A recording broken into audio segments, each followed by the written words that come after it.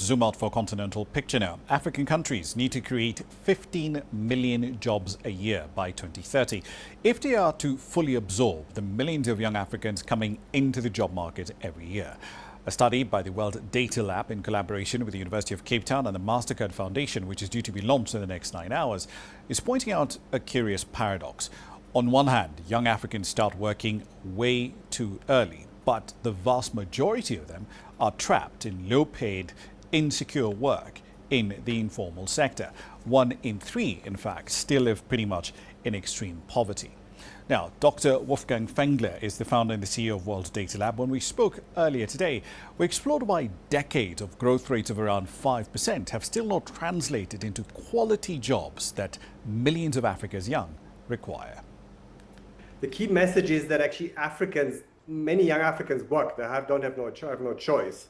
So it's a misconception that there is an underemployment in Africa. Is actually, could almost argue, overemployment compared to other countries and regions, because in other countries and regions, young people often also go more to school or to university. And so what does working poverty mean? It either means you're working in rural areas on the farm of parents. The share of agriculture employment among youth is still surprisingly high.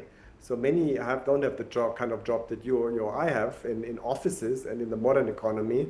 And the second is that in services, you have a bifurcation. Some have modern jobs, as you have, but others have like the classic dealer or hustler on the street. That's also a service job.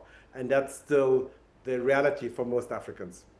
Right, so there's two interesting data points in the report so far, because on one hand there's 9%, I believe I have that number right, 9% of young people who've completed tertiary education of some sort. But as you point out, a lot of young Africans are working way too early, right? So that points, at least to my understanding, that points to a massive reskilling challenge that we have across the continent. How do we fix it?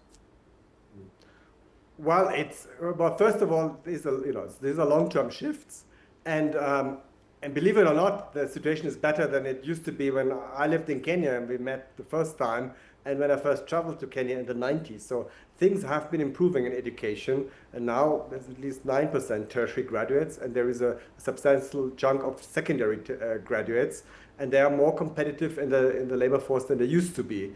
But as you indicate, there's still such an opportunity to educate and to skill more Africans. It's not just in school, it's also at work, at the job, because learning is now very interactive. It's on the job and in the classroom. And that's what the big opportunity and challenges at the same time, because remember, Africa is the last reservoir of global talent. The world is losing out on young people, 50 million this year, except Africa, and Africa is adding a lot of young people. So the trick will be to convert this demographic opportunity into this demographic dividend into an opportunity through skilling. But skilling, as I said, also happens through jobs and through entrepreneurship. Speaking of jobs, though, because I know a lot of people look at this report and say, hang on a minute, but a lot of economies in Africa have been growing at least 5% or more every year for the last decade, if you exclude the damage done during the pandemic years. So what is it about those high growth rates that is not translating into the creation of more quality formal sector jobs? Yeah, well, there's a few angles to highlight there. First, it may feel comforting to have 5% growth, but remember there is in most countries at least 2% population growth. So in reality, you then got only 3% per capita.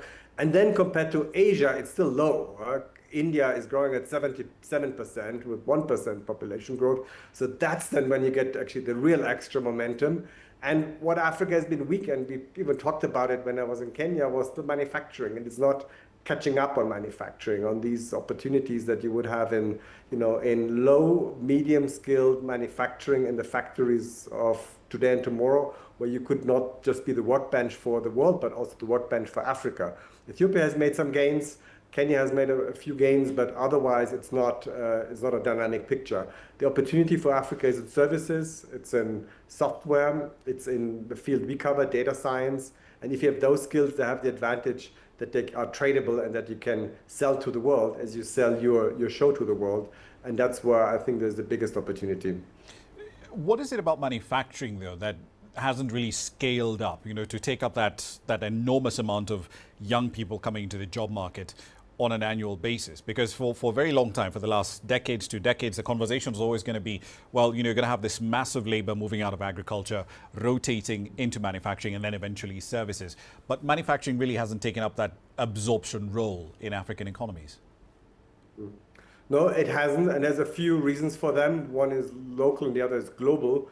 On the local or African level, the investment climate never reached the level of Asia or of China, where you have hyper-efficient ports, hyper-efficient rail system, hyper-efficient electricity and factory floors, and obviously the scale that China and now Bangladesh and Indonesia and other countries could provide.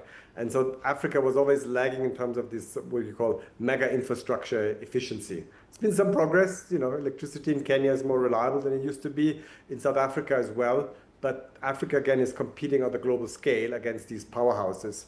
And the second is global, and there's two subsets. One is clearly trade policies, that even the only country that we found in Africa that has actually manufacturing or industrial dominance in terms of jobs. There's only one country in Africa. Guess who it is? It's Lesotho.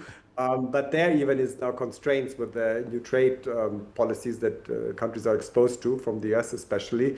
And the other is that clearly, as manufacturing becomes so much more efficient and so much more service and knowledge-led, also you may need in the future fewer jobs in manufacturing. I come from Munich. BMWs are being built there on a much smaller labor force and much more brainy labor force than it used to be. So those are these big shifts that make it still difficult for Africa to be on the driving force in manufacturing. Still, if trade barriers go lower, Africans could have the factories for African clothes, for African shoes, for African steel. So there's still some opportunities, and there's obviously African cement coming out of Nigeria a lot. So there's some pockets, but the biggest opportunity and the biggest transitions will happen from agriculture to services, not to manufacturing.